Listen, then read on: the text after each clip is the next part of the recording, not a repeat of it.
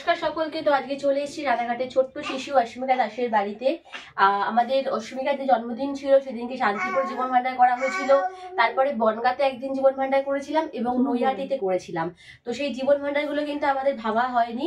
আজকে আমরা নিচে দেখিয়ে দে, আজকে আমরা জীবন ভান্ডারগুলো ভাঙা হবে। তো দেখা যাক আমরা কত টাকা কালেক্ট করতে পারলাম এবং আপনাদের সকলের সঙ্গে শেয়ার করে নেব।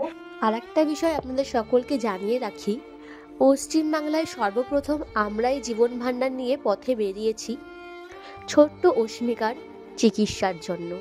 এখন আমাদেরকে দেখে বর্তমানে অনেক মানুষ ভান্ডার হাতে বেরোচ্ছেন, কেউ কেউ দলগতভাবে, কেউ কেউ একা।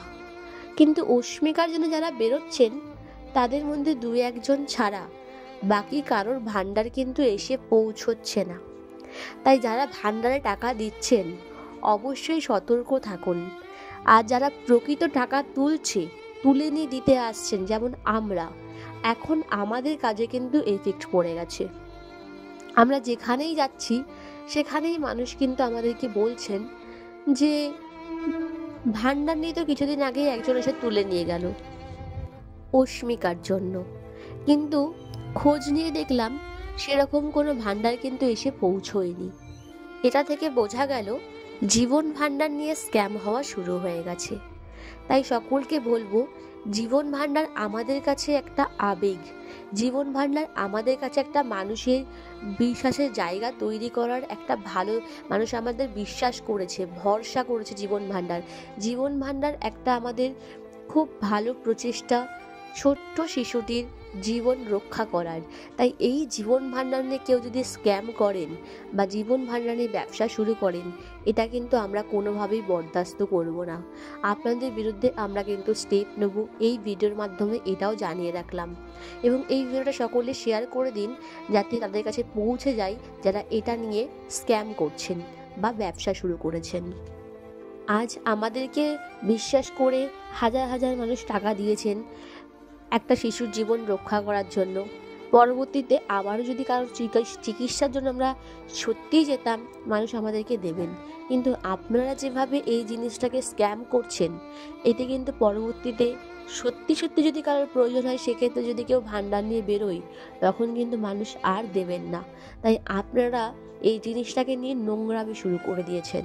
তাই আপনাদের কাছে বলছি, আপনারা কিন্তু এই নোংরামিগুলো বন্ধ করুন।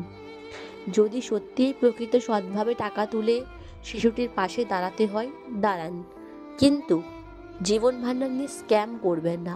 টাকা তুলে নিয়ে টাকা নিজের কাছে রেখে দিচ্ছেন, ভান্ডার এসে পৌঁছচ্ছে না, এগুলো কিন্তু একদম ঠিক নয়। ওপরে কিন্তু একজন বসে আছেন, তিনি সব দেখছেন, মনে রাখবেন। শেষে এটুকুই বলবো, অনেক দিন ধরে অনেককেই দেখেছি জীবন ভান্ডার নাম ব্যবহার করছেন, আমি কিছু বলিনি, কারণ তারা সৎ পথে ছিলেন।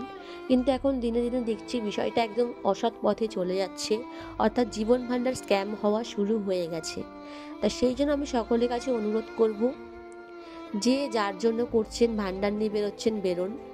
সেই ভান্ডারে আর জীবন ভান্ডার নামটা প্লিজ দয়া করে ইউজ করবেন না, ব্যবহার করবেন না। আপনারা ভান্ডারের নাম অন্য কিছু দিয়ে দিন, লক্ষ্মী ভান্ডার হোক বা ইত্যাদি ইত্যাদি, কিন্তু জীবন ভান্ডার নামটা প্লিজ ব্যবহার করবেন না। জীবন ভান্ডার নাম নিয়ে যেভাবে স্ক্যাম শুরু করে ফেলেছেন আপনারা অনেকেই, মানে কি আর বলবো, সত্যি কিছু মানুষ অবশ্যই আছেন যারা সৎভাবে কাজ করছেন এবং ভান্ডার দিয়ে গেছেন অস্মিকার বাড়ি, সেই খবরও আমরা জানি, সবই রাখি। কিন্তু কিছু মানুষ যা করছেন, তার জন্য এটা আজকে আমি বলতে বাধ্য হলাম।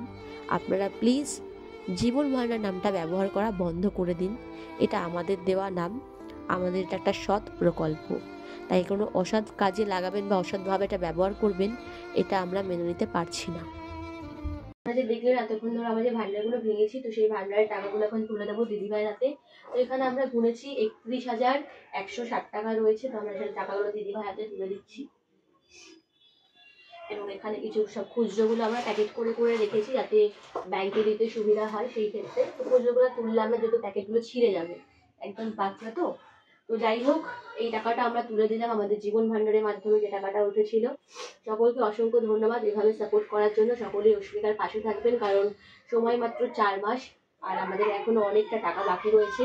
তাই সকলেই এগিয়ে আসুন এবং অস্মিকার পাশে এসে দাঁড়ান। ধন্যবাদ সকলকে, ভালো থাকবেন।